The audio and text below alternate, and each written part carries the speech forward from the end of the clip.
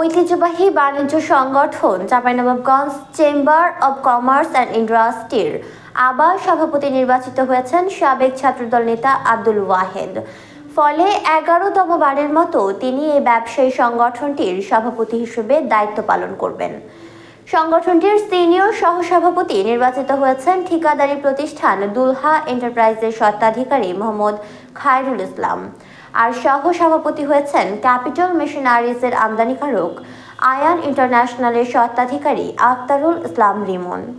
মঙ্গলবার দুপুরে 2024 থেকে 26 মেয়াদের নতুন নেতৃত্ব নির্বাচনের জন্য নির্বাচন বোর্ডের চেয়ারম্যানের তত্ত্বাবধানে নতুন পরিচালকদের অনুষ্ঠিত সভায় সভাপতি, সিনিয়র সহসভাপতি ও সহসভাপতি নির্বাচন করা হয়।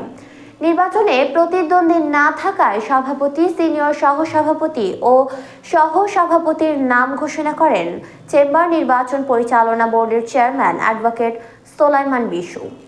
এর আগে শনিবার সাধারণ গ্রুপে 13 ও সহযোগী গ্রুপে 5 জন ভোটের মাধ্যমে পরিচালক নির্বাচিত হন। এর আগে ট্রেড গ্রুপের 4 জন পরিচালকই বিনা প্রতিদ্বন্দ্বিতায় নির্বাচিত হন। সভাপতি নির্বাচিত হওয়ার পর আব্দুল ওয়াহেদ বলেন, চাঁপাইনবাবগঞ্জের ব্যবসায়ীদের আমার উপর অতীতেও আস্থা ছিল এবং বর্তমানেও রয়েছে। সে কারণে তারা সমর্থন দিয়েছেন এবং আমি বারবার নির্বাচিত হয়েছি। তিনি আরও বলেন, 2018 সালের জাতীয় সংসদ নির্বাচনে বিকল্প প্রার্থী হিসেবে বিএনপি আমার নাম ঘোষণা করেছিল। আমি আগামী সংসদ নির্বাচনেও মনোনয়ন প্রত্যাশী। এজন্য বিএনপি এবং জামায়াতের সাবেক 3 সংসদ সদস্য আমাকে আটকানোর জন্য প্রতিদ্বন্দ্বী প্যানেলের নির্বাচনী প্রচারণায় নামে, কিন্তু ব্যবসায়ীদের সঠিক সিদ্ধান্তের কাছে তারা হার মেনেছে। আমাদের প্যানেলের যে নিরঙ্কুশ বিজয়, এটি ব্যবসায়ীদের ভালোবাসার প্রতিফলন। নির্বাচনী ইস্তেহারে আমরা যে প্রতিশ্রুতি দিয়েছি, সবাইকে সঙ্গে নিয়ে দ্রুতই বাস্তবায়নের পথে এগিয়ে যাব।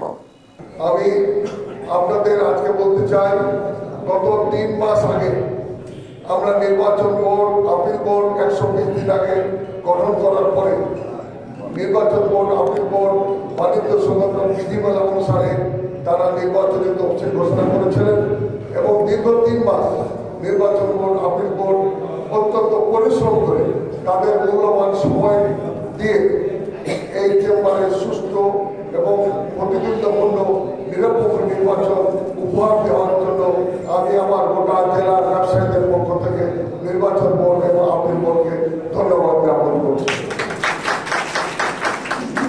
প্রিয় ব্যবসায়ী এবং সাংবাদিকবৃন্দ, Chapainawabganj chamber of commerce and industry একটি অরাজনৈতিক পেশাজীবী সংগঠন।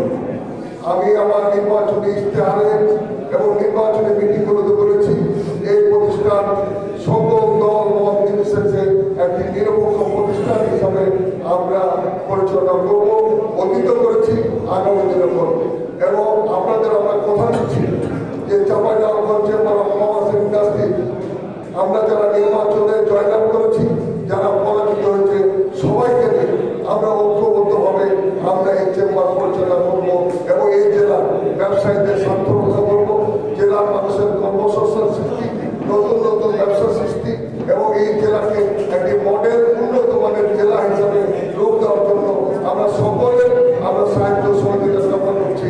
আমরা যেন এই জেলার মানুষের স্বার্থ রক্ষা করতে পারি।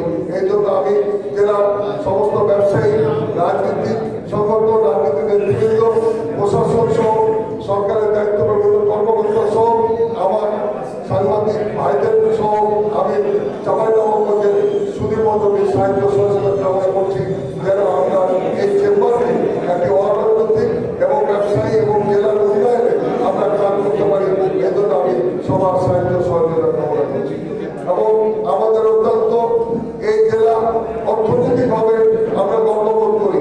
আমাদের চাঁপাইনবাবগঞ্জে প্রতি বছর 3.5 থেকে 4 লক্ষ টন আম বিক্রি করে আমরা প্রায় 2,500 কোটি টাকা আমরা অর্জন করে থাকি। আমরা আমকে আরো রপ্তানি করার জন্য, রপ্তানি করার জন্য যেভাবে এগিয়ে এসেছি, আগামী দিনে এই আমকে যেন আরো রপ্তানি করে নতুন নতুন জাতের আম আমরা তৈরি করে আমরা সারা বছর